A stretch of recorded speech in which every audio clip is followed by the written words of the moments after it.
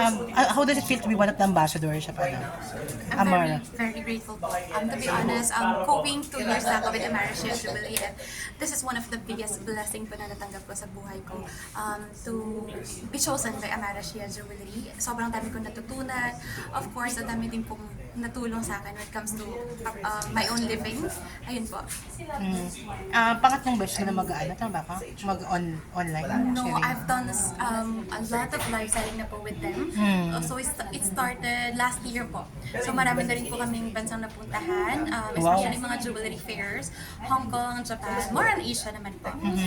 But yes, every time na meron po mga fair, jewelry fair, nandun po kami. And sobrang nahasa na rin po when it comes to live selling. Na-train po ako ni Ma'am Sheena, and lalo na nung nanganak po siya, during those time, buntis din ako noon, and ako po yung nag-take over sa kanya. So doon po talaga, mas marami po akong natutunan, mas naging sanay na ako sa pagla-live selling. So, ayun. Hindi ko lang kung tama lang yung research ko. You're also a nurse by profession. I am a nurse po. So, You're also a vlogger. Tama ba? yes po, Mag-vlog ka rin I'm a about vlogger. your... So, my journey started when I was in Japan po, when I was an OFW po. So, from there, dun po ako na-start mag-vlog. And actually, a little background lang po. Na-meet ko pa si Ma'am Sheena at si Sir Ian during a jewelry fair sa Japan. So, we met sa Japan po. And then, ayun nga po, niligawan nila to be one of their ambassadors. So, at first, of course, hindi ako makapaniwala kasi isang hamak lang kong OFW vlogger na nagsisimula sa Japan.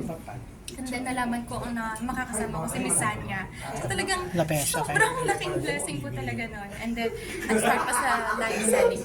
So ito talaga yung parang naging stepping stone. Hindi lang stepping stone, big step po talaga sa pag-abot ng mga dreams po namin. Hindi lang ako with my whole family. Bakit ka nag-vlog aside from being a nurse? Ano yung laman ng mga vlogs mo? Without the knowledge po na kikita ako doon. So wala po akong idea na pwede pong maging source of income ng vlogging.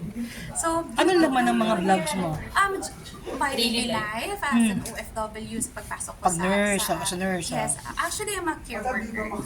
Nurse po ako dito sa Pilipinas, but when I went to Japan po, isa po akong care worker. So nagtatrabaho po ako sa isang facility na nag-aalaga sa mga matatanda. Okay. Yes, Okay, and then okay. bina-vlog ko po yung daily life, struggle, gano'n. And then pinapasyal ko po yung mga audiences ko sa Japan through vlogging, through my videos. Gano'ng kahirap alagaan yung mga gano'n? Sobrang hirap po. What are the challenges? Sobrang Ang hirap mo? challenging po talaga. Nakakapayat, nakakapagod, nakaka-drain emotionally, physically. Sometimes nandun din yung bullying, Right. iwasan yun.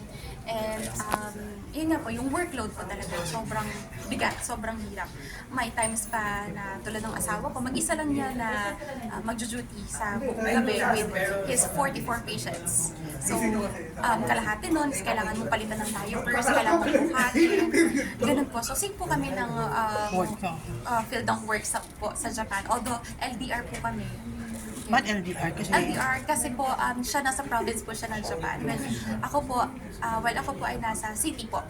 Somewhere in Kanagawa po, malapit sa Tokyo. Okay, you mentioned bullying. Ano yung bullying na experience mo before? Let's say, siguro, since magkaiba po ng culture, Yes, magkaiba yes. po, Mga Japanese din sila. yes, meron po language barrier. Of course, Okay. di ba? Actually, you can pass like a Japanese also. Japanese. Thank you po. Pero ayun po, may mga times po talaga na when it comes to bullying, hindi naman po verbally. They're very respectful po. Yeah. But when it comes to workload po, sometimes may ilan po na talaga na abusado. Hindi lang sa field ng work ko, pero maraming mga Filipinos na nakaka-experience. Japanese culture kasi talaga yung long hours. Yes, but sometimes hindi lahat ng Japanese is talagang basita. I love Japanese people when it comes to being respectful, talagang friendly po sila. Pero may mga iba din na hindi may iwasan na meron din talaga na aabusuhin ka when it comes sa trabaho, sa ipapagawa lahat, ano ba? Lalo na baguhan ka. Oh, yes, yes, yes. If you're in the jewelry business, it's so much better. Yeah, so much better po. Sobrang laki ng nabago sa akin ng vlogging industry. Doon po ako nakilala ng mga iba't ibang brands like cosmetics, skincare. Sobrang dami nagtiwala Ito sa yung akin. first. Yes po, isa ang Amara sa talagang unang nagtiwala po sa akin. And given na jewelries talaga parang bakit ako wala naman akong kilig sa jewelry, wala naman ako kahit anong jewelry kasi OFW lang ako noon. Pero nung nag-start po ako na, naging ko po talaga, goal ko po talaga mag-invest sa jewelry. Talaga, one of your investment is Investment jewelry. po talaga yung jewelry. Bakit sa jewelry ka nag-invest? Isa po yun sa nag-save sa family ko. A little background din again.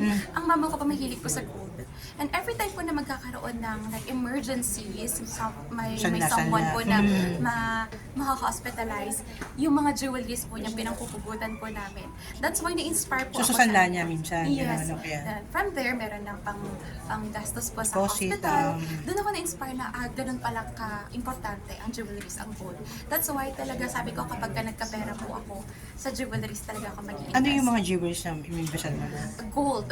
Gold po Parang talagang, yun po, ang gold kasi parang pinatulog mo lang yung pera mo. Yes, Nasusuot mo pa. So may panghupugutan ka. So more on gold po talaga ako. Wala pa naman ako na sa state na pang diamonds. Wala pa Kasi naman. pang diamonds, they say timeless po yun. And talagang yun yung status symbol. And I think for me, wala pa ako sa status na yun na magda-diamonds.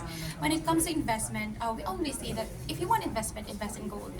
If you are that madam na talaga, diamonds. But also, diamonds has, din naman po, value. If you sell diamonds, so those who buys diamond po. So, ayun.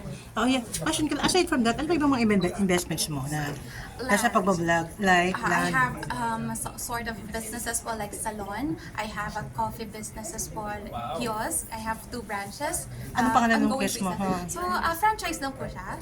It's a B1T1 takeaway coffee. So, meron po akong isa sa La Union and magkakaroon po ako ng isa sa Baguio.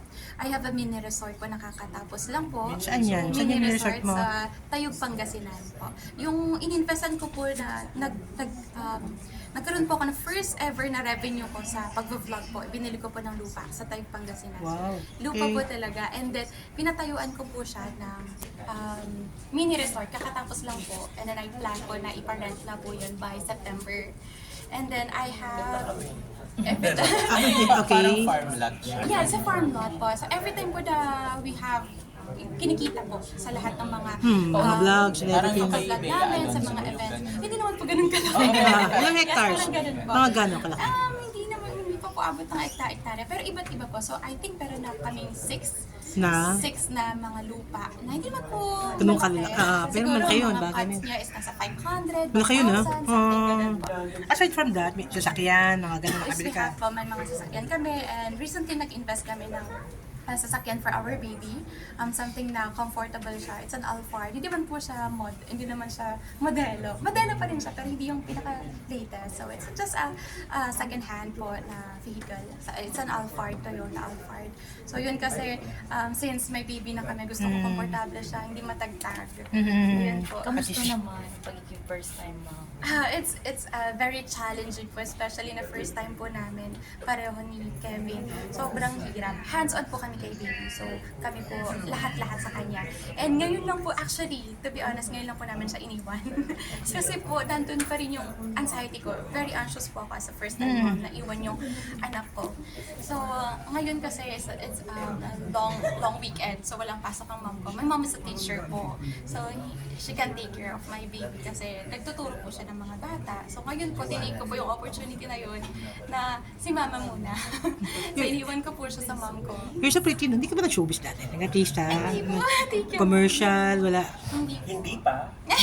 Hindi Maganda po. siya, di ba, te? Oo, in fairness sa'yo, ha? Thank you po. Oo. Pero wala kang balak. Wala po. Sila mo tindi ng alahas. Mas maraming pera dyan. Mas yayaman ka dyan. Pero ano, what's this? Bakit ka mag-decide na iwanan na yung buhay mo sa Japan and mag-settle down? Dito ka na lang ngayon sa Pilipinas. Frankly speaking, mas more po ang kinikita ko po dito. Okay. So, when I started vlogging po kasi, doon ko nakita na, wow, ang laki ng revenue. And Totoo then, yun. more na more po brands po ang dumating sa akin, nagtiwala sa akin. So, compared po talaga sa kinikita ko as an OFW. So, hipokrito naman po ako kung magsistay pa ako doon. Mas pipiliin ko yun kesa yung mga nakinikita ko po, ang pinaka-main naman po na reason kung ba't ako nagpunta sa Japan is to earn for my family. So, kung nasa Pilipinas ako, makakasama ko sila while earning more Yeah. of what I'm earning sa Japan. Ang asawa mo ngayon, asawa mo na rin dito ngayon. Andyan po siya sa likod. Okay. Ako, yan po. So, sabi ko, feeling ko kaya na natin. So, hindi lang ako umuwi, sinama ko husband ko. Kasi hindi ko kaya ka po. Kailangan mo akong supportahan. But then, hindi po namin ina-expect na puputok yung pag-vlog ko, even na nasa Pilipinas na ako. Sabi nga nila, dapat dyan na lang yung Philippines ka na kasi wala ka na sa Japan. Yes. But I will always say na, doon ako nag-umpisa. Yes, That's my yes. trademark. So, hindi ko po talaga tinatanggal pagiging Janela in Japan pa rin. Ilan taong ka mo sa Japan? Nagtrabaho? By God's grace po, 1 year and 4 months lang po ako nagtagal doon. Kailan ka bumalik sa Pilipinas? November 2024 po. Ah, okay. So during ano, dun ka na rin na-discover? Yes po, doon po ako na talagang pumunta. Akala ko nga po pag uwi ko dito, wala naman na lang vlog. Pero doon mas more pa po kaming nakilala. Ang plan B po talaga namin is mag-US na lang kami, maging nurse sa US. Kung hindi na kami pala rin sa Pilipinas. Pero ayun nga po, up until now pa rin po. Nakikilala pa rin po. So meron na rin pong mom and baby brides na Yes, ma'am. Actually, kahit kaka-announce ko pa lang po na buntis ako, sobrang nagdagsaan po yung mga brands. But kahit po may mga baby brands pa na gusto makipagpalapit sa akin, ayaw kong i-involve yung baby ko as much as possible. Yes, po, ayaw ko siyang ipakita. Siyempre, private dapat Yes, yan. private pa rin po. So, since yun nga po, baby, pinoprotektahan ko pa rin po yung privacy niya. so Ilan taon na siya? 2 months. 2 months. Lalaki ba eh? Babae po. Anong name? Ay, ko Amanda. Amanda. Oo, kasi nung Parang nabuntis ka, ang ganda mo Amara, rin. no? Hindi ka hagay. Parang Amanda, Amara, parang gano'n. No? Amanda. Okay, salamat. Thank you.